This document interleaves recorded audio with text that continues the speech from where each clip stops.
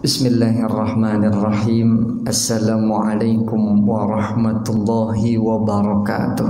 Waalaikumsalam warahmatullahi wabarakatuh. Alhamdulillahil jabbar al-qahhar al-aziz al-ghaffar mukawwirul laili wan nahar tadhkiratan liudil albabi wal absar. Ashhadu an la ilaha illallah wa ashhadu anna Muhammadar Rasulullah. Allahumma salli wa sallim ala sayyidina Muhammadin wa ala alihi wa sahbihi ajma'in. Qala Allah ta'ala wa ashiruhunna bil ma'ruf. Sadaqallahul azim. Allahumma ja'al jam'ana hadha jam'an marhuman wa tafarraqana min ba'dihi tafarruqan ma'suman wa la tad'a fina wa la ma'ana syaqiyan wa la mahruman. Allahumma anfa'na bima 'allamtana wa 'allimna ma yanfa'una warzuqna 'uluman tanfa'una. Amin ya rabbal alamin. Ma'asyiral muslimin rahimakumullah. Pengurus DKM Masjid Al-Hidayah Klaster Topas Perumahan Permata Cimanggis, ada Ustadz Tri, ada Ustadz Evan, ada banyak Ustadz di sini ya, masya Allah. Ahli-ahli surga ini wajahnya, subhanallah ya. Mudah-mudahan urusan pengurus DKM, urusan masjid ini, urusan jamaah Masjid Al-Hidayah ini, mudah-mudahan seluruhnya saja segala urusannya dimudahkan oleh Allah Subhanahu wa ta'ala. Amin ya rabbal alamin. Alhamdulillah, pada kesempatan pekan ketiga dari bulan November ini, atau dalam penanggalan hijriyahnya kita berada di bulan Rabiul Tsani, pertengahan bulan Rabiul Tsani. Alhamdulillah, pada episode kali ini Allah masih perkenankan kepada kita nikmat-nikmatnya. Mudah-mudahan segala nikmat yang Allah beri bisa menjadi wasilah bagi kita untuk bisa semakin mendekatkan diri kepada Allah Subhanahu wa ta'ala. Karena betapa banyak di antara manusia yang diberikan kepadanya nikmat-nikmat Allah, namun tidak menjadikan dirinya semakin dekat dengan Allah, bahkan justru menjadikan dirinya semakin jauh dengan Allah. Jadi nikmat Allah itu bisa menjadi keberkahan bagi manusia, namun ada kalanya nikmat itu justru menjadi istidraj, seperti nikmat yang diberikan oleh Allah kepada Qarun berupa harta, tapi tidak menjadi wasilah baginya untuk bisa semakin dekat dengan Allah. Justru dengan hartanya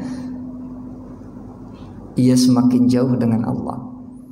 Seperti Fir'aun diberikan jabatan tinggi, justru malah menjadi sombong, angkuh. Namun berbeda ketika nikmat itu diberikan kepada orang-orang mukmin, maka sekecil apapun, apalagi banyak, apalagi besar, maka itu menjadi wasilah, perantara, menjadi jalan baginya untuk bisa semakin dekat dengan Allah. Mudah-mudahan kita menjadi orang yang beriman, yang senantiasa mampu mensyukuri nikmat-nikmat Allah. Dengan bentuk kesyukuran yang terbaik adalah meningkatkan kualitas ketakwaan kita, menjalankan perintah-perintah Allah dan menjauhi larangan-larangannya. Mudah-mudahan Allah perkenankan kita menjadi orang-orang yang baik, orang-orang yang senantiasa diberikan keistiqomahan untuk menjalankan perintah-perintah Allah dan menjauhi larangan-larangannya. Dan kemudian dari itu Allah berikan kepada kita sa'idun fid dunya wa sa'idun fil akhirah, kebahagiaan di dunia dan di akhirat kelak. Amin ya rabbal alamin. Salawat dan salam semoga selalu tercurah limpahkan kepada baginda Nabi Muhammad sallallahu alaihi wasallam. Mudah-mudahan kita mampu untuk bisa benar-benar menjadi umat Rasulullah yang menghidupkan sunnah-sunnah Rasulullah. Bagaimana caranya menjadi umat Rasulullah yang baik? Ya, salah satunya adalah mempelajari ayat-ayat Al-Quran dan juga hadis-hadis nabawiyah. Seperti pengajian kita pada Ahad ini, mengaji kitab Riyadhus Shalihin yang di dalamnya ada ayat-ayat Allah dan hadis-hadis Rasulullah yang kemudian dijelaskan oleh para ulama. Saya kebagian menyampaikan saja. Ya, kitabnya sudah ada, syarahnya sudah ada, saya hanya bagian menyampaikan saja. Mudah-mudahan apa yang disampaikan nanti ada manfaat dan mudah-mudahan kita bisa mengamalkan apa yang terkandung dalam ayat Al-Quran dan hadis Rasulullah dari kitab Riyadhus Shalihin ini. Amin ya rabbal alamin. Maka sebelumnya mari sama-sama kita buka, kita awali dengan membaca surah Al-Fatihah. Mudah-mudahan muallifu hadzal kitab Syekh Imam An-Nawawi dan juga guru saya yang juga ayah saya, yakni Kiai Al-Hajj Abdullah Yaqub almarhum, ya, pendiri Pondok Pesantren Darussalam. Karena kalau Darussalam semasa hidup beliau ya kitab Riyadhus Shalihin ini yang nyampaikan beliau. Tapi sudah 1 tahun hari ini, genap 1 tahun dalam penanggalan hijriyahnya, ya, dalam penanggalan hijriyahnya, karena Abuya meninggal pada pertengahan bulan Rabiul Tsani 1442 Hijriah. Karena kalau dalam penanggalan Masehinya tanggal 1 Desember, ya. Nah, ini tepat hari ini Abuya Kiai Al-Hajj Abdullah Yaqub setahun yang lalu meninggal dunia, ya, meninggalkan kita semua. Dan juga para alim ulama banyak yang sudah meninggal dunia. Mudah-mudahan guru-guru kita, para alim ulama yang telah meninggal dunia, Allah lapangkan kuburnya, Allah jadikan raudhah min riyadil jannah, dimaafkan segala dosa dan khilafnya. Dan mudah-mudahan kita yang meneruskan perjuangan para alim ulama diberikan keistiqomahan untuk senantiasa mengamalkan ilmu-ilmu Allah. Dan semoga ilmu yang kita kaji menjadi ilmu yang manfaat dan barakah. Ala hadhihi niyyah wa ala kulli niyatin salihah. Al-Fatihah. A'udzu billahi minasy syaithanir rajim. Bismillahirrahmanirrahim. Alhamdulillahi rabbil alamin. Ar-Rahmanir Rahim. Maliki yaumiddin. Iyyaka na'budu wa iyyaka nasta'in. Ihdinas siratal mustaqim. Siratal ladzina an'amta 'alaihim ghairil maghdubi 'alaihim waladdallin. Rabbi ighfir lana wa liwalidayna.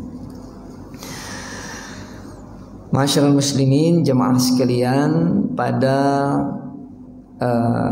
bulan ini, pada episode Ahad subuh ini, kita akan lanjutkan pembahasan kita dalam kitab Riyadhus Shalihin, yakni bab 34. Wah, cepat juga ini sudah bab 34, karena memang dalam setiap bab tidak semua hadis yang kita kupas, ya, karena dalam satu bab itu banyak sekali hadis-hadisnya. Bab ke-34 yakni babul wasiyah bin nisa. Ini kalau diterjemahkan bab berwasiat kepada perempuan. Jadi bukan wasiat untuk perempuan. Kadang ada yang karena tidak mengerti struktur bahasa Arab, lalu kita dapati kitab-kitab terjemahan Riyadhus Shalihin itu diartikan bab wasiat untuk perempuan. Bukan. Kalau untuk perempuan menjadi al-wasiyah lin nisa. Tapi kalau al-wasiyah bin nisa, maka maknanya adalah wasiat untuk kita para pria kepada wanita. Jadi Allah dan Rasulnya memberikan wasiat kepada kita, bagaimana kita memperlakukan wanita. Masya Allah, ini luar biasa ini bab ya yang ditulis, yang disusun dalam kitab Riyadhus Shalihin oleh Syekh Imam An-Nawawi. Dan ini menjadi bantahan bagi orang-orang yang tidak suka dengan Islam, khususnya kaum feminis yang menyatakan bahwa Islam itu adalah agama yang merendahkan wanita. Nah, ini salah. Ini dibantah ya, dengan adanya ayat-ayat Al-Quran dan hadis-hadis Rasulullah yang justru sangat memuliakan wanita. Masya Allah ya. Baik. Nah, jadi kalau dalam kitab Dalilul Falihin yang dimaksud dengan al-wasiyah bin nisa, al-murad yakni al-wasiyah birrafqi bihinna wal ihsani ilaihinna lidu'fihim wa ihtiyajihim liman yaqumu bi amrihim. Ya, terjemahan bebasnya seperti ini. Jadi maksudnya adalah wasiat bagi kita kaum pria untuk apa? Untuk bersikap ramah, untuk bersikap lemah lembut, untuk bersikap halus, jangan kasar. Harus bersikap murah hati, tidak sombong. Kepada siapa? Kepada wanita. Dan juga berbuat baik kepada mereka. Kenapa? Karena wanita itu kalau sudah ada di tengah-tengah kita, sudah menjadi istri kita, maka wanita tidak memiliki keterberdayaan. Maksud saya ini keterberdayaan, saya artikan seperti itu. Bahkan Rasulullah mengkiaskan wanita itu kalau sudah jadi istri kita, bak layaknya seorang tawanan. Ya, mau gimana lagi? Ya, mau tidak mau harus taat kepada suaminya. Ya, maka tidak berdaya wanita itu kalau sudah menjadi seorang istri. Ya mau bagaimana lagi? Kalau seorang suami, misalkan istrinya dirasa kurang pas, bisa nambah. Ya, setirpan ya. Mic-nya keluar nggak nih? Kedengeran nanti. Loh, kalau istri bagaimana? Tidak bisa. Mau nambah suaminya, wah repot. Begitu. Seorang suami kalau rasa-rasanya sudah tidak pas dengan istrinya, bisa menceraikan. Loh, kalau istri sudah empat banget sama kita misalkan, saking kitanya udah nggak karu-karuan misalkan, sudah tidak suka dengan kita, nggak bisa menceraikan. Karena yang menceraikan hanya seorang suami. Mentok-mentok adalah dengan melakukan gugat cerai. Itu pun harus melalui pengadilan. Kalau pengadilan tidak setuju, ya tidak bisa cerai. Nah, seperti itulah kondisi wanita. Maka kemudian dalam Islam sangat diatur sedemikian rupa agar supaya para lelaki-lelaki ini ya, kita ini ya, ini ibunya ada tidak? Harusnya kalau ada ibu-ibu seneng nih ngikut ngaji nih. Kalau ibu-ibu hari ini ikut ngaji, wah seneng nih, wah suami saya denger nih, asik nih gitu ya. Ibu-ibunya tidak hadir itu ya. Nah, ini ada perintah-perintah yang Allah berikan kepada kita, Rasul-Rasul, hadis-hadis yang mengarahkan kepada kita bagaimana kita bersikap kepada wanita, khususnya kepada istri kita, ya, dan juga umumnya wanita-wanita yang lain. Baik, seperti biasa diawali dalam kitab Riyadhus Shalihin adalah ayat-ayat Allah yang berkaitan dengan tema ini. Yang pertama adalah surah An-Nisa ayat 19 di mana Allah berfirman wa'ashiruhunna bil ma'ruf. Ini ayatnya sebenarnya panjang ya dari awal sampai akhirnya, tapi ya, diambil ini poinnya adalah Allah berfirman dan pergaulilah kaum wanita itu dengan baik-baik.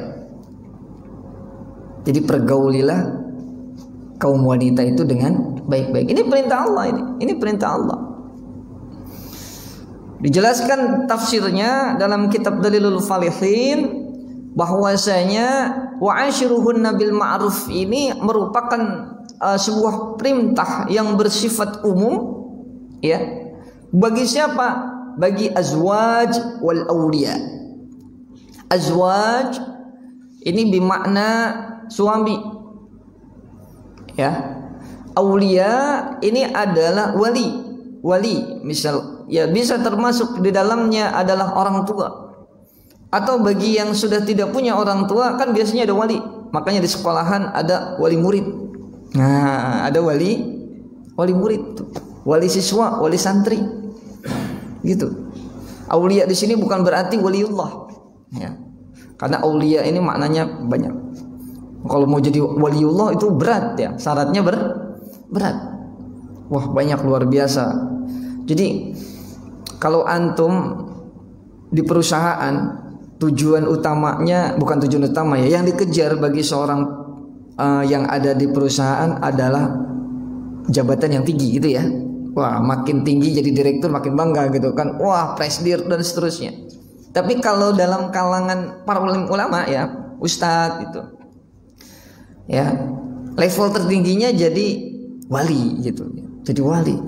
Ya, kalau pejabat ya dari RT pengen jadi RW, jadi RW jadi pengen jadi lurah gitu. Dari lurah pengen jadi camat dan seterusnya. Paling tinggi mentok jadi presiden. Kalau yang ingin kejar jabatan. Tapi kalau ulama ya paling mentok adalah menjadi wali.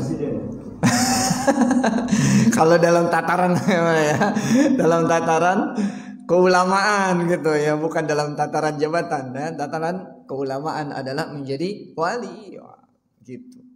Nah, jadi aulia di sini bukan waliullah maknanya, tapi wali dalam artian ya orang yang memiliki wewenang. Ya, maka ada wali nikah gitu dan seterusnya. Akan tetapi dari sekian pria ya, dari sekian pria yang lebih dominan menjadi sasaran ayat ini adalah para suami, karena kan para pria itu banyak tuh ya. Ya, pejabat dan lain sebagainya itu kan banyak dari pria. Tapi dari sekian pemimpin ya, yang ditujukan kepada ayat ini maksudnya adalah pemimpin rumah tangga gitu ya. Bihadal amr al azwaj ya, al muasyarah, al mukhalatah, al muma, yakni para suami yang hidup bersama dengan wanita, dengan istrinya ya, yang juga sudah memadu kasih. Saya sebut ini memadu kasih. Ini untuk bahasa lembutnya saya artikan memadu kasih, karena kalau bahasa agak vulgarnya sudah sering melakukan hubungan badan. ya sudah memadu kasih gitu. Qala Salma ya, ini seorang mufassir ya, kila ya, maksudnya dari wa'ashiruhunna bil ma'ruf adalah mengajarkan kepada mereka, suami memiliki kewajiban untuk mengajarkan kepada istri atau istri-istrinya. Istri dulu ya, belum ada yang punya istri-istrinya ya. Karena ada hunna, kalau hunna ini domirnya hunna itu lebih dari 3 ya kan, mengajarkan kepadanya mengajarkan kepada keduanya huma ya. Kalau di sini hunna berarti istri-istrinya. Ya, saya juga satu ya. Ya, tentang apa mengajarkan kepada istri? Tentang apa? Al faraid was sunan, tentang kewajiban ya, dalam syariat Islam dan juga as-sunan. Yang sunnah. Nah, ini kewajiban kita nih para suami. Ya, mengajarkan kepada istri tentang apa kewajiban-kewajibannya terhadap syariat Islam. Begitu. Makanya dianggap suami itu adalah imam, ya. Imam rumah tangga.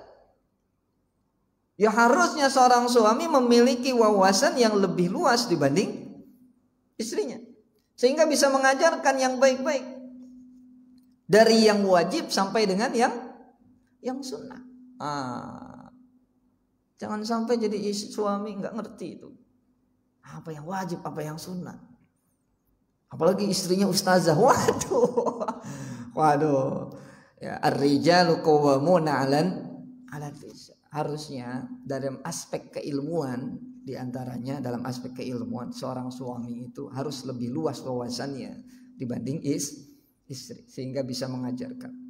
Maka seorang suami itu adalah imam rumah tangga.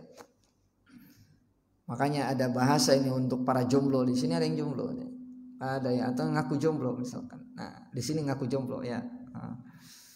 Jomblo itu ada ungkapan begini. Bagaimana bisa menjadi imam rumah tangga kalau tidak mampu menjadi imam sholat? Karena ya nggak mungkin nanti yang jadi imamnya istrinya, nanti dia jadi makmum ya, karena nggak bisa memimpin sholat. Nah ini kacau. Bagaimana bisa ya membangun rumah tangga yang baik kalau tidak bisa bangun subuh? Wah, ya.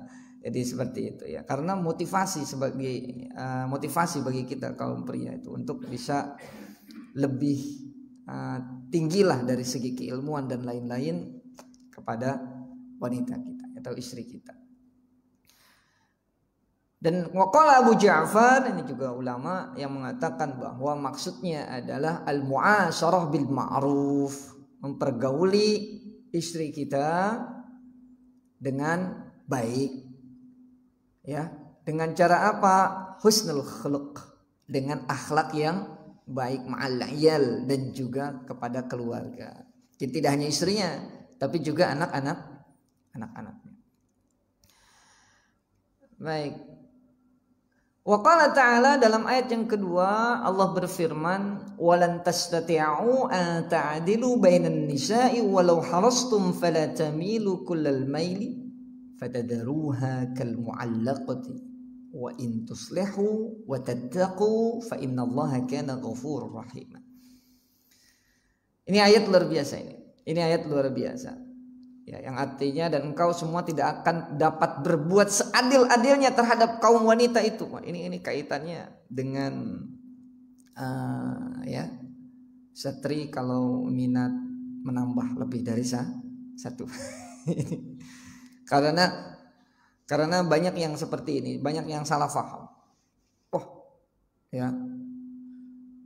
Kalau mau poligami harus adil. Betul tidak ini? Kalau mau poligami harus adil. Betul tidak? Ya, betul. Tapi jangan diartikan adil ini adalah misalkan punya istri 2, 3, 4, lalu kemudian harus benar-benar adil. Susah. Bahkan tidak mungkin. Sampai Allah berfirman seperti ini, dan engkau semua tidak akan dapat berbuat seadil-adilnya terhadap kaum wanita itu.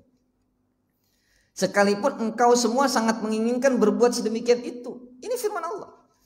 Kita pengen berbuat adil, tapi tidak akan pernah bisa benar-benar adil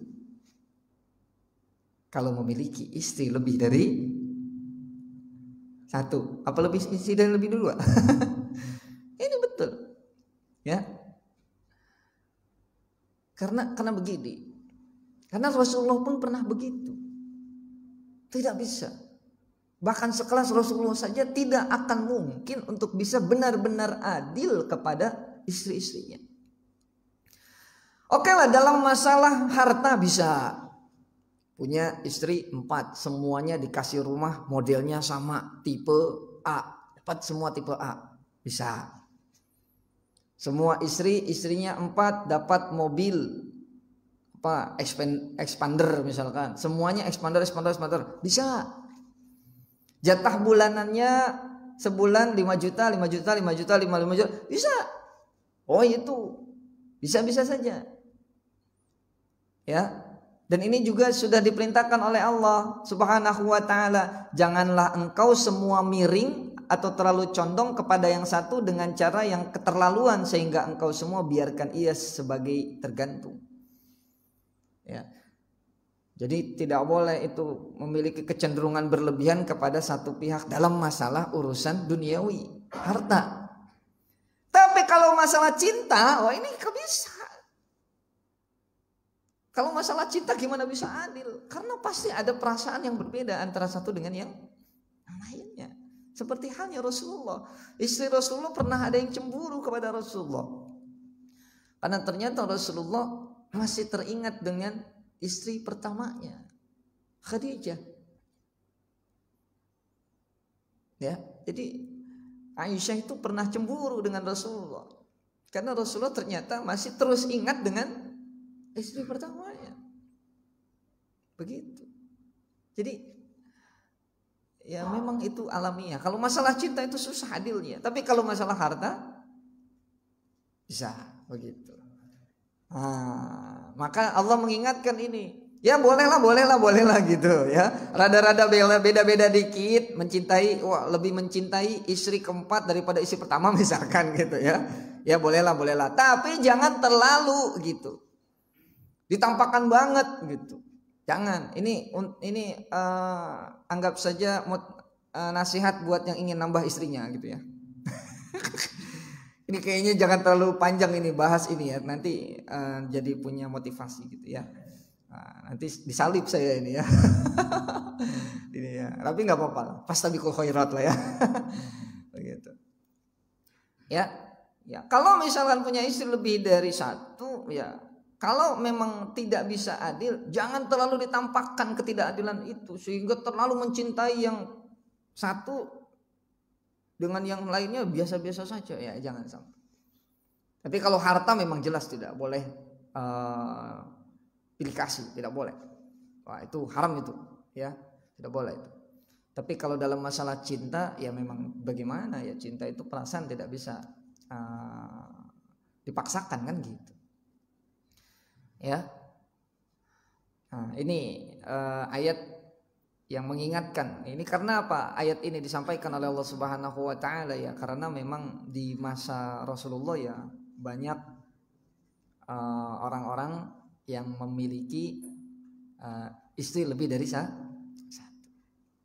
Seperti itu. Ya. Gimana? Dan siap? Nah, nambah. Kayaknya yang senior tuh yang sebelah sana tuh yang pakai baju merah mau duluan itu ya. Masya Allah ya. Masya Allah. Jadi ya prinsipnya seperti itu. Ya, ini Islam itu memuliakan. Apalagi kalau istrinya cuma satu. Wah berarti semuanya buat beliau itu. Masya Allah ya. Ya begitu. Ya cintanya, ya hartanya, ya perasaannya semua totalitas untuk yang satu itu. Ya. Bukan wanita yang lain. Ini untuk urusan wanita. Baik. Ya.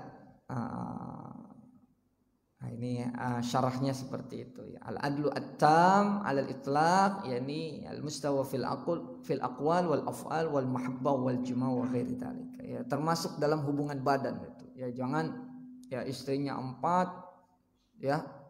Ke istri pertama mulu atau ke istri keempat mulu, istri muda ya. Nah, tidak, tapi ya digilir lah ya, benar-benar digilir ya. Ya, waktu itu saya pernah ditanya, "Ustaz, kenapa 4?" Wah, ya memang dari sananya Al-Qur'an. Tapi dianalisa, Ustaz, kenapa 4? Ya gampang analisa. Karena biasanya 1 bulan itu ada 4 pekan. Jarang-jarang sampai 5 pekan. Rata-rata 1 bulan 4 pekan ya. Jadi pekan pertama istri pertama, pekan kedua istri kedua, pekan ketiga istri ketiga, pekan keempat istri keempat. Makanya 4. Jamaah kan suka kagak puas kalau dibilang, "Oh, emang udah ayatnya begitu?" Enggak bisa. Ya begitu. Oh iya. Ya ini ngarang-ngarang saja itu ya. Nah. Baik. Hadis yang pertama ini kecil-kecil sekali ini karena pakai slide, jadi saya pakai ini saja biar lebih besar. Wah, langsung hang, ngomongin poligami langsung hang ini. Baik, nah ini biar bisa terbaca. Oke.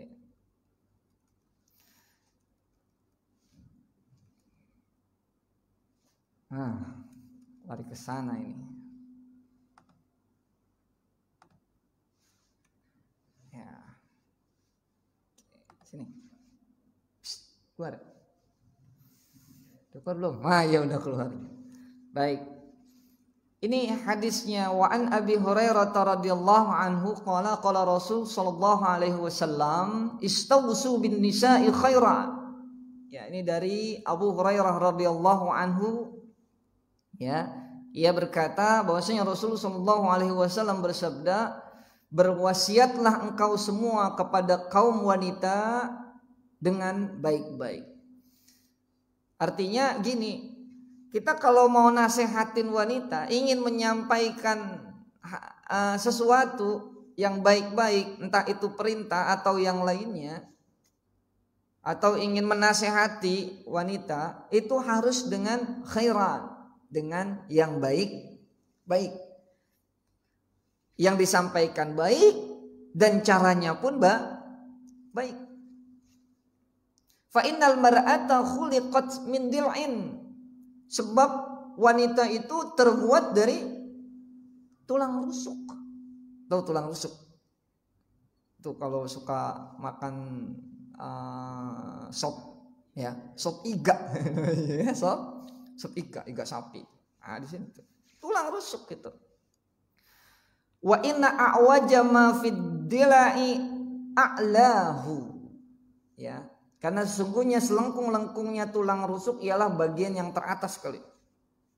Makin melengkung di atas. Fa in zahabta tuqimuhu kasartahu. Ya. Maka jikalau engkau mencoba meluruskannya, maka engkau akan mematahkannya. Karena dipaksa. Ya, udah bengkok mau dilurusin. Kalau besi dilurusin, dibakarin dulu sebisa. Lah coba rusuk, dibakar, ya tetap saja begitu. Ya, dipaksa, udah bengkok gini, dipaksa lurus, dipaksa nih, patah. Ya, begitu. Wa in taraktahu lam yazal a'waj fastausu bin nisa. Tapi kalau yang bengkok itu dibiarkan selama-lamanya, wah, maka ya tetap bengkok. Gitu. Maka berwasiatlah yang baik-baik kepada wanita. Ini karakter. Ya, ini karakter wanita. Ya. Jadi bahkan ada meme itu ya, meme suami-suami yang begitu ya, ngomong begini. Ya, kalau sama wanita jangankan menang, seri aja udah alhamdulillah gitu. Aduh, ini speaker kedengaran ibu-ibu di tangga ini deh. Aduh, ya nggak apa-apa lah, nggak apa-apa. Tapi memang sudah wataknya wanita seperti itu. Tulang rusuk yang bengkok. Kalau kita paksakan nasihati dengan keras, patah. Kalau didiamin tetap bengkok. Ya sudah. Ya seperti itu. Memang kodratnya seperti itu. Belok kanan, sennya kiri, ya sudah. ya sudah, jangan disalahkan, nanti nggak bakal menang. Seri aja alhamdulillah. Yang sahabat Nabi yang terkenal dengan ketegasannya yang luar biasa, siapa itu? Umar bin Khattab. Jadi suatu hari ada sahabat Rasulullah di masa Umar bin Khattab ketika menjadi khalifah.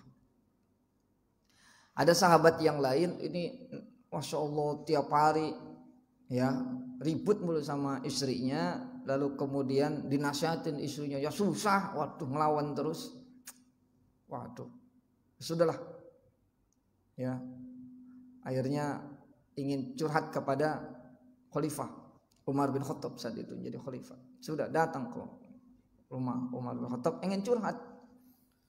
Ternyata baru sampai depan rumah Umar bin Khattab, lihat Umar bin Khattab lagi dimaki-maki, diomel-omelin sama istrinya. Diomel-omelin, Umar bin Khattab diem aja nggak ngelawan. Umar bin Khattab tuh diem aja nggak ngelawan. Lalu kata sahabat yang lain, wah masih beruntung saya kalau begitu ya. Umar bin Khattab diomelin nggak ngelawan sama istri, ya. Masya Allah, kita gimana itu? Ya karena Umar bin Khattab itu mengamalkan ayat Allah dan hadisnya ya seperti ini sudah. Dia memang kodrati ya seperti itu. Ya, tapi jangan dibiarkan. Nanti kalau dibiarkan akan salah terus. Makin nambah parah. Maka kalau nasihatin yang pelan-pelan, yang baik-baik. Rasa-rasanya kalau kita ngomong dilawan mulu ya sudah WA aja, pakai WA. Beb. Ayang ya. Tadi kayaknya ada yang salah nih yang. Atau kasih dulu makanan favoritnya sebelum kita nasihatin. Ya. Doyan apa misalkan makanan kesukaannya ya, bawain bakso ya. Misalkan yang senang bakso. Paling istrinya ngomong begini, tumben bang bawain bakso, ada apa nih? Nah, baru kita mulai sambil ngeteh yuk Sariwangi. Ya itu memang ada triknya ya kan, nggak bisa langsung tiba-tiba kita ceramahin wanita itu, nggak bisa. Dalam riwayat yang lain, almar'atu kadilai in aqamtaha kasartaha wa in istamta'ta biha istamta'ta ya wa fiha awajun. Dalam hadis yang riwayat lain yang mirip maknanya dengan ini, wanita itu adalah sebagai tulang rusuk. Jadi kalau engkau luruskan, maka engkau akan mematahkannya. Dan jikalau engkau bersenang-senang dengannya, engkau pun dapat pula bersenang-senang dengannya. Tetapi di dalam wanita itu tentu ada kelengkungannya, pasti ada yang tidak pasnya, begitu. Ya, begitu. Jadi ya begitulah intinya. Jadi jangan terlalu kasar, jangan terlalu berlebihan dalam menasehati, ya. Tapi jangan pula tidak dinasehati. Udahlah. Istri ente tuh gimana sih? Kagak mau pakai jilbab, kagak mau sholat. Mana? Ada nasihatin dikit galakan dia. jangan lepas begitu. Itu lepas tangan itu namanya. Jangan. Ya, selama ia menjadi istri kita memiliki kewajiban ya untuk mengajarkan yang baik-baik dari yang wajib sampai dengan yang sunnah. Jangan sampai berhenti. Itu. Dalam hadis yang lain, innal mar'ata khuliqat min dilai antastaqima laka ala tariqa fa in istamta'ta biha istamta' biha wa fiha awajun wa in zahabta tuqimuha kasartaha wa kasruha talaquha. Ini dia, ya. Ini mirip-mirip maknanya itu. Sungguhnya wanita itu dibuat dari tulang rusuk yang tidak akan lurus pada suatu jalan selama-lamanya untukmu. Maka jikalau engkau bersenang-senang dengannya, dapat pula engkau bersenang-senang dengannya. Tapi dalam wanita itu ada kelengkungannya, ya, pasti ada kekurangannya. Dan jikalau engkau luruskan ia, maka engkau akan mematahkannya. Dan patahnya itu ialah menceraikannya. Itu sudah sampai ujung itu. Mau dilurusin patah, kagak dilurusin bengkok mulu, kagak karu-karuan. Mentok-mentoknya adalah talak, cerai. Ada ya sama seperti bekerja kan begitu ya, bekerja. Kan ada quote-nya kayak gini. Jika Anda sudah tidak nyaman bekerja dalam satu bidang, maka resign saja, keluar dari bidang itu. Tapi kalau Anda tidak mau resign, tidak mampu atau takut resign, maka cintailah pekerjaanmu itu, kan gitu. Iya enggak? Ya sama dengan istri juga begitu. Ya. Kalau rasa-rasanya Anda sudah mentok sedemikian rupa, dilurusin patah, kagak dilurusin bengkok, gak karu-karuan, disuruh sholat kagak mau, ya, yang wajib-wajib itu gak mau, ya, kasar dan lain sebagainya, maka ceraikan saja. Tapi kalau rasa-rasanya Anda tidak mau menceraikannya karena banyak alasan dan lain-lain, maka cintailah dia. Cari apa yang bisa dicintai darinya. Masa iya kagak ada benernya pisan tuh istri, gitu. Nanti kita ketemu nih hadis selanjutnya. Ya. Wa an Abdullah bin Zam'ah Ya. Dari Abdullah bin Zam'ah radhiyallahu anhu bahwasanya ia mendengar Nabi sallallahu alaihi wasallam berkhutbah. Ya, ini jadi saya singkat saja bahwasanya Rasulullah pernah berkhutbah menyampaikan 3 hal. 3 hal yang unik yang terjadi di tengah-tengah manusia. Yang pertama adalah manusia yang gercep banget kalau masalah yang kagak beres. Giliran yang beres ntar tertor gitu. Ya, atau gercep banget dalam masalah dunia. Tapi untuk masalah akhirat tar tertor. Atau bahkan ada manusia yang gercep banget kalau dalam masalah kemaksiatan. Dalam hal ini dicontohkan membunuh itu di masa Nabi Soleh. Kan ada onta. Ada orang yang dikasih tugas untuk membunuh ontanya Nabi Soleh. Gercep banget, bangun langsung. Nah itu. Ini orang aneh. Yang kedua orang aneh itu adalah ya masalah seorang suami dengan istrinya itu. Ada orang aneh, seorang suami yang selalu menyakiti istrinya, menghina istrinya. Pokoknya istrinya dibilang kekurangannya begini, begitu. Anehnya tapi tetap disetubuhi itu wanitanya. Tetap aja kalau malam nyarinya ya guling hidupnya itu, ya udah. Ini manusia aneh itu. Jadi menyakiti terus, menghina terus, ya depan orang dijelek-jelekin itu istrinya. Ya, tapi ujung-ujungnya tidurnya sama istrinya itu. Nah, ini aneh. Giliran yang kayak gitu aja mau dia. Mau orang itu wanita tidak mau. Ini manusia aneh. Ya. Ada manusia aneh lagi yang ketiga adalah dia melakukan sesuatu yang menghinakan dirinya tapi dia tertawa membanggakan diri. Ya, ini dalam hadis ini disampaikan kentut gitu. Orang kan kalau kentut malu-malu ya di depan umum. Tahan. Untuk menjaga kehormatannya. Nanti ada manusia yang aneh, bangga di tengah jalan. Tolong diam-diam ya. Kenapa? Ada yang ingin saya sampaikan. Baik-baik. Bagaimana? Tut gitu. Lalu dia ketawa-ketawa bangga. Nah, ini ada manusia aneh. Sebenarnya sekarang kalau kita maknai secara lebih luas, ya banyak yang kayak gitu sekarang itu. Apa itu? Ngepreng itu ya. Kalau masih tataran etis sih saya masih oke lah ya. Tapi kalau sudah terlaluan itu rasa-rasanya sudah tidak pas. Jadi menghinakan dirinya untuk dijadikan hiburan, rasa-rasanya itu sudah kurang pas. Ya, rasa-rasanya sudah kurang pas. Kalau sudah berlebihan. Ya kodrati sajalah. Yang sekiranya harus kita tutupi ya ditutupi. Jangan sampai ya berlebihan. Ya, jangan sampai berlebihan ya. Yang sebenarnya itu menjatuhkan harga diri kita tapi kemudian dijadikan bahan candaan. Dalam hal ini malah masalah kentut tuh dicontohin sama Rasulullah tuh. Ya. Nah, langsung disebut kentut gitu ya, bukannya malu malah ketawa gitu ya. Hadis selanjutnya wa an Abi Hurairah radhiyallahu anhu qala Rasul sallallahu alaihi wasallam la yafraq mu'minun mu'minatan in kariha minha khuluqan radiya minha akhar. Nah, ini nih yang tadi yang saya maksud.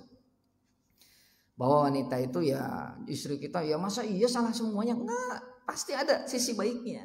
Rasulullah bilang begini ke kita, janganlah seorang mukmin lelaki itu membenci seorang mukmin perempuan, entah itu istrinya atau perempuan mukmin yang lainnya.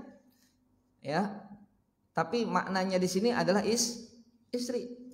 Sebab jikalau ia tidak senang dari wanita itu tentang suatu hal, misalkan cerewet misalkan, atau boros misalkan, atau rupanya tidak cantik, atau dan yang lain sebagainya, tentu ia akan merasa senang dari hal yang lain yang dimiliki oleh istri kita.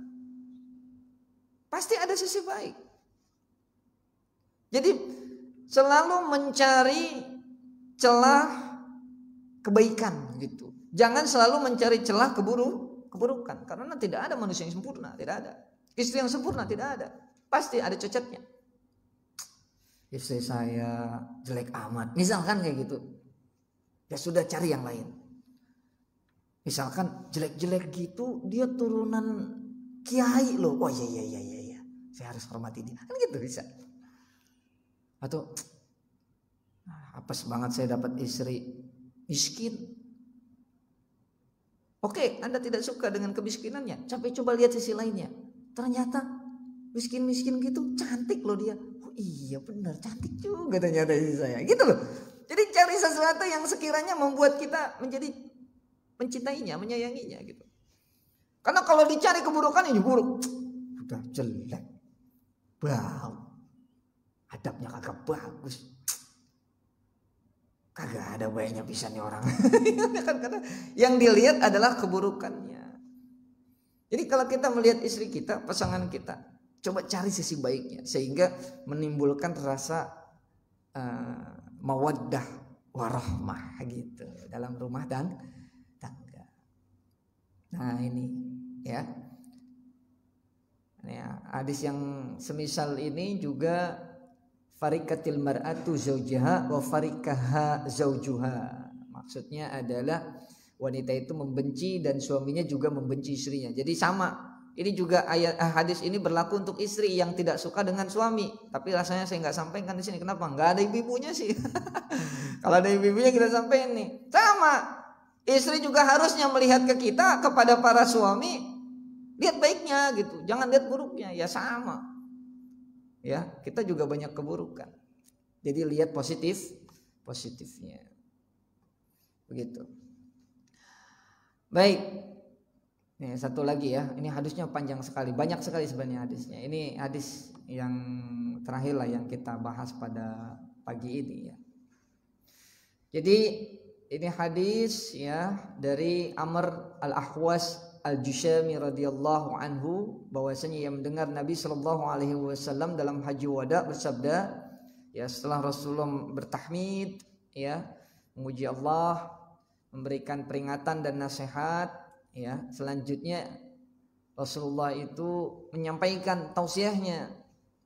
Apa bunyi tausiahnya? Ingatlah dan berwasiatlah engkau semua kepada kaum wanita dengan baik-baik, sebab sesungguhnya mereka itu adalah sebagai tawanan di sisimu semua. Ini yang tadi pada pembukaan saya sampaikan. Istri itu tawanan suami. Ya. Mau gimana ribet. Coba bayangkan kita keluar rumah kagak izin pak sama istri, nggak masalah. Tapi kalau istri keluar rumah tidak izin dengan suami, jadi masalah. Karena maksiat itu. Tidak boleh keluar rumah tanpa izin suami. Jadi kayak tawanan mereka wanita itu. Ya, kita mah punya duit, ya beli ini beli itu, kagak izin sama istri, kagak dosa. Tapi istri kalau menggunakan uang suami tidak bilang selain untuk kebutuhan bersama ya. Tapi istri tiba-tiba punya uang pengen beli cincin baru misalkan. Padahal itu di luar jatah bulanannya. Tapi jadi bendahara umum ya. Semuanya dipegang. Lalu semuanya beli ini itu. Tidak boleh. Harus izin suami.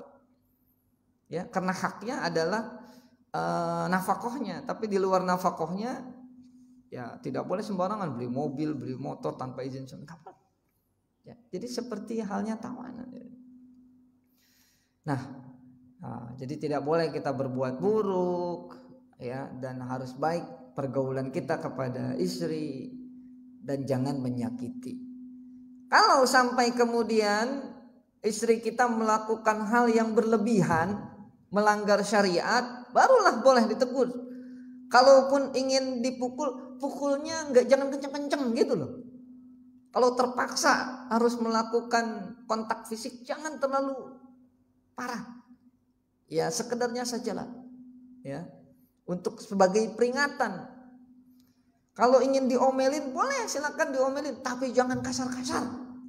Sebagai peringatan supaya dia menjadi lebih baik kan begitu. Jangan didiemin itu. Rasulullah menyampaikan itu. Ya, ini panjang sekali Rasulullah nasihatnya kepada kita para suami itu. Ya. Jangan sampai wanita-wanita itu duduk menyendiri dengan kaum lelaki lain.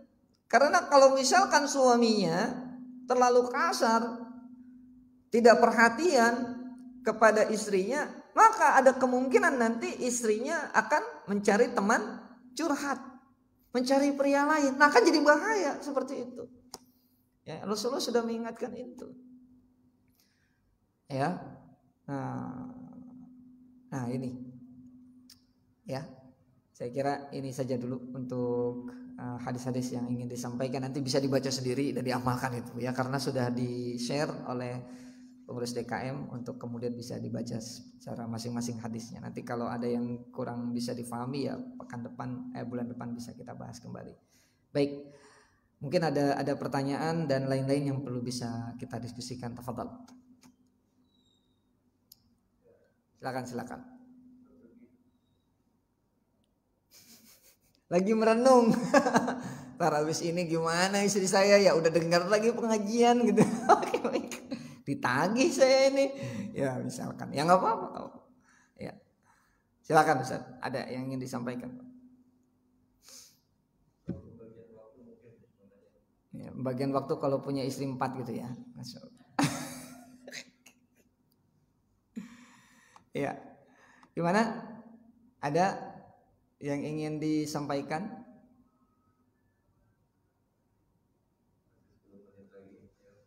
Padahal sebelum salat syuruknya, karena belum syuruknya ini. Tanggung kalau kita bubar sekarang nggak dapat syuruknya ya.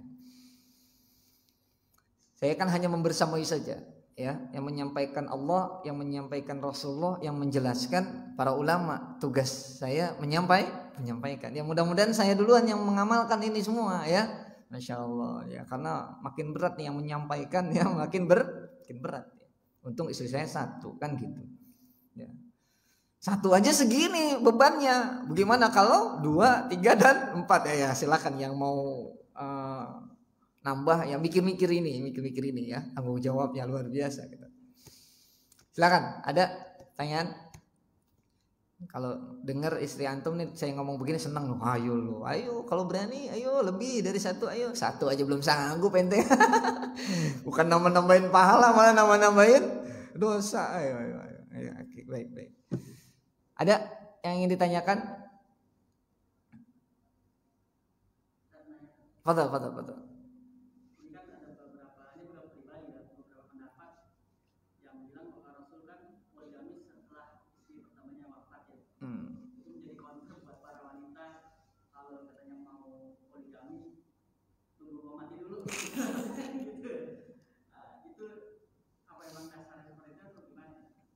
Masya Allah, ini pertanyaan berat karena mempertanyakan sesuatu yang tidak ada penjelasannya, ya, yang tidak ada penjelasannya. Lain halnya kalau misalkan ini ditanyakan kepada Rasulullah, baru kita ketemu jawaban pastinya.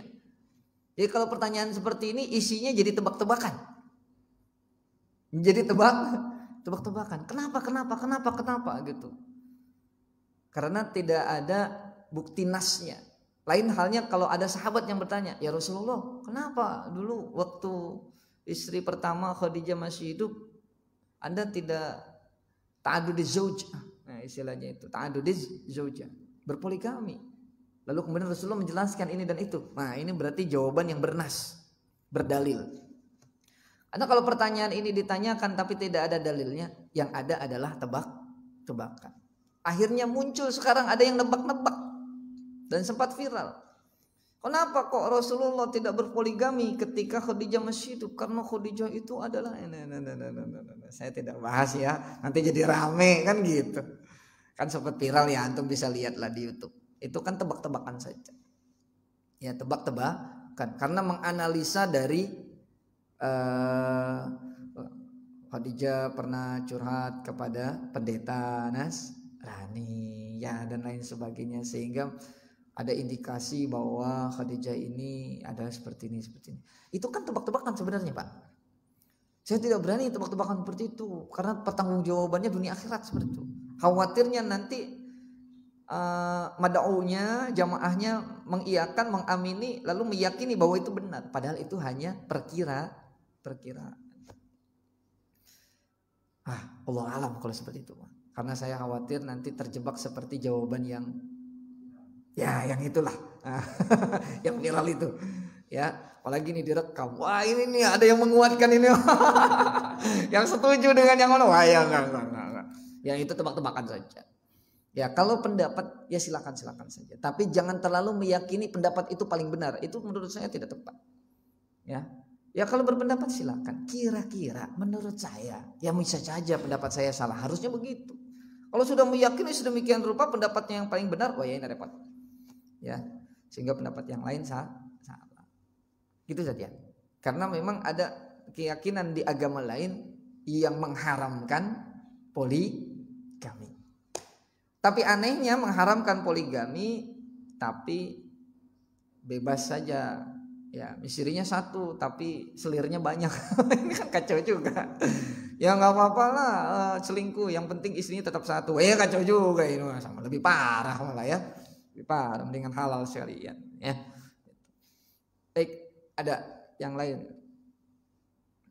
Pertanyaan yang lainnya?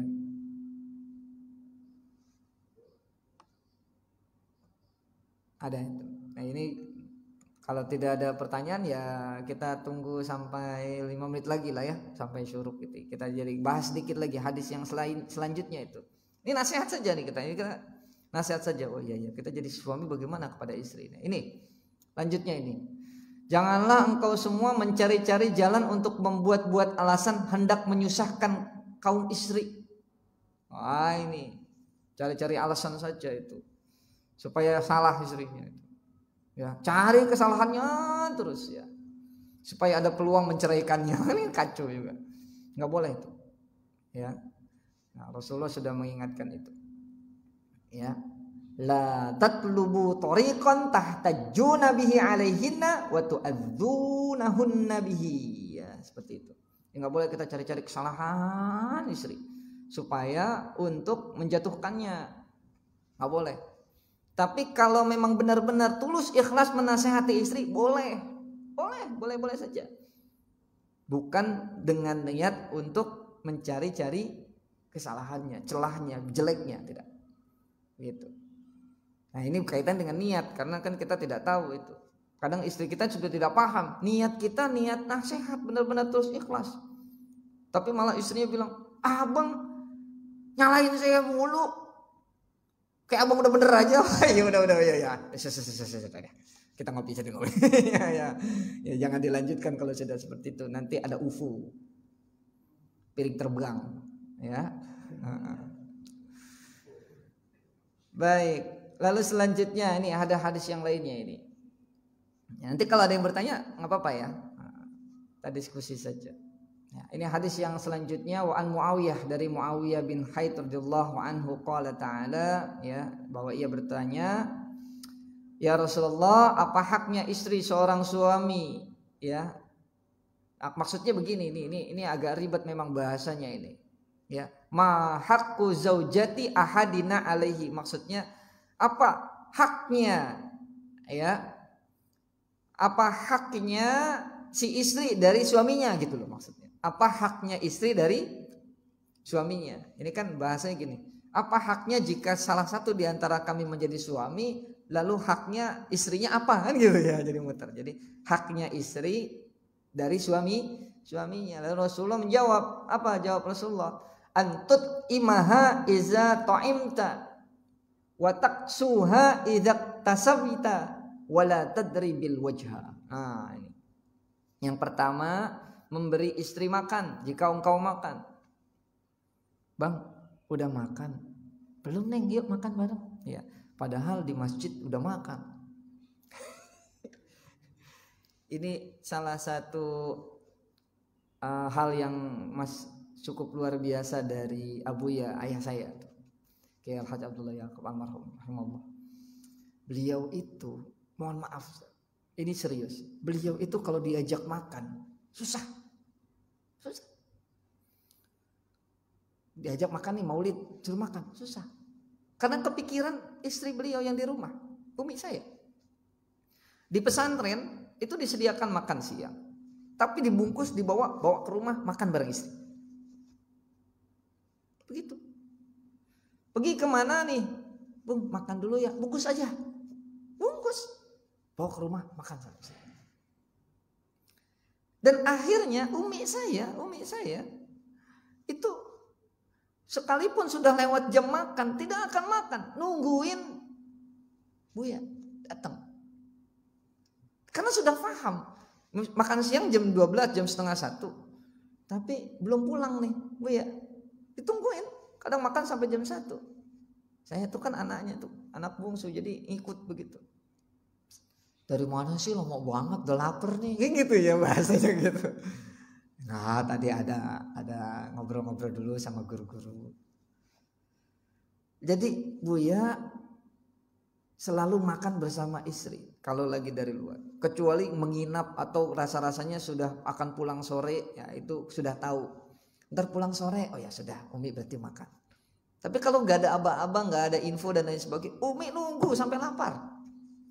Dan Buya begitu pun menahan laparnya untuk bisa makan bersama istri. Masya Allah. Gimana kita? Udah lapar, mampir nasi padang lah. Bini gimana? Gampang, dia mah masak sendiri sono. Masya Allah, orang-orang tua kita kayak gitu tuh, karena mengamalkan hadis ini. Ya, memberi istri makan jikalau engkau makan. Engkau memberi pakaian jika engkau berpakaian. Beliin baju. Masa iya kita beli baju buat kita sendiri, beliin buat istri. Itu. Dan jangan memukul wajahnya. Kalaupun memang sudah keterlaluan istri kita nasihatin ngelawan, susah dibilangin, jangan digamparin, jangan. Jangan dipukul wajahnya, kata Rasulullah. Kalau korban sinetron kan begitu rata-rata, digampar, nggak boleh itu. Kalau ada suami gampar istri korban sinetron, ya, gitu. Lalu juga jangan meninggalkan ia ketika tidak taat pada suaminya, gitu. Kalau sudah tidak taat pada suami, jangan ditinggalin, jangan. Dilepas aja lah, udah, kamu itu gak mau taat, sudah, terserah kamu lah, sudah, gitu. Jangan begitu. Tapi biarkan dia di rumah, ya, biarkan dia di rumah. Kalaupun mau ingin pisah ranjang saja tuh, pisah ranjang. Susah dinasehatin, saudara. Malam ini kamu tidur di kamar, saya di sofa sajalah, kita saling evaluasi. Begitu. Jangan dilepas di luar. Nanti kalau di luar tadi itu ketemu dengan laki-laki lain, malah jadi kacau dan lain sebagainya. Ada pertanyaan? Makin pusing ini kalau dibahas terus ini ya. Ternyata beban kita sebagai suami sedemikian rupa beratnya. Ini tanggung jawab kita sebagai seorang suami. Ini amanah Allah, ini amanah Rasulullah. Ya, istri itu tidak memilih, wanita itu tidak bisa memilih, ya kan? Wanita itu tidak bisa memilih. Jadi ketika antum lamar, jangan-jangan dia itu terpaksa. Jangan, kan kita nggak tahu ya. Ngomongnya iya, jangan-jangan terpaksa. Begitu. Sedangkan kita bebas memilih. Waktu itu bisa memilih wanita manapun, itu pun kalau tidak ditolak kan gitu. Ya, istri itu dipilih bukan memilih. Maka istri kita yang saat ini ada adalah pilihan kita, hasil ikhtiar kita. Dan itu jodoh kita dari Allah Subhanahu wa ta'ala. Berlemah lembut, ya, menyayangi. Ya lebay-lebay dikit gak apa-apa sama istri. Yang penting istri sendiri, jangan istri orang. Giliran sama istri orang lebay, giliran sama istri sendiri tidak. Rasulullah panggil Humaira, ya. Ada yang manggil dengan julukan-julukan. Saya juga punya julukan dengan istri saya itu. Dan viral di santri itu. Saya manggil istri saya depan anak santri, ya pada ketawa, anak santri, guru-guru pada ketawa, gitu ya. Ya nggak apa-apa, membangun keharmonisan itu nggak masalah. Ya, karena Rasulullah itu ya memuji istrinya dengan gaya beliau. Ya kita juga boleh saja memberi julukan-julukan lucu kepada istri kita, ya nggak masalah. Yang penting senang lah, senang. Dah, saya kira cukup itu ya. Ya, kalaupun kita tidak suka dengan istri kita, jangan memperolok istri kita, ya. Tapi kita doakan dalam tahajud dan lain sebagainya agar istri kita menjadi istri yang salihah. Tapi tenang saja. Kenapa? Karena Nabi Nuh itu nabi, rasul luar biasa, tapi kodratnya dapat istri yang durhaka. Jadi santai saja kita. Santai saja. Jadi kalau istri kita masih muslim, masih mukmin, masih mau sholat, berarti kita lebih beruntung dari Nabi Nuh. Itu sajalah. Jadi tenang kita. Syekh Imam Al-Ghazali itu punya istri luar biasa galaknya maksudnya. Iya. Sampai kemudian daripada meladeni istrinya yang galak, lalu dia ke hutan. Lalu menulis kitab. Menulis kitabnya di hutan. Karena kalau di rumah gak tenang, ribut mulu. Ada ulama luar biasa mengarang ratusan kitab dan lain sebagainya. Cinta banget sama kitabnya. Tapi istrinya judes. Akhirnya ketika ia ada keperluan di luar, kitabnya itu dibakar sama istrinya. Ini kisah luar biasa. Nah kita gak gitu-gitu amat dapat istri itu. Itu ulama luar biasa, waliullah. Uji-uji sama demikian rupa melalui istrinya yang sedemikian rupa. Nah kita sama istri kita kagak gitu-gitu amat. Berarti kita masih beruntung, lebih beruntung dari waliullah gitu ya. Lebih beruntung dari Rasulullah, Nabi Nuh. Ya, jadi kalau dapat begitu jadi ada tenang, wah alhamdulillah istri saya nggak gitu-gitu amatin gitu ya, alhamdulillah. Ya, demikian saya kira untuk kajian kita pada Ahad pagi ini mudah-mudahan manfaat ya. Mudah-mudahan kita bisa menjadi seorang suami yang baik di mata Allah, baik di mata istri, baik di mata anak-anak kita, dan mudah-mudahan kita bisa menjadi suri tauladan untuk keluarga kita. Amin ya rabbal alamin. Mohon maaf, tutup dengan kafaratul majlis. Subhanakallahumma wa bihamdika asyhadu an la ilaha illa anta nastaghfiruka wa natubu ilaik. Assalamualaikum warahmatullahi wabarakatuh.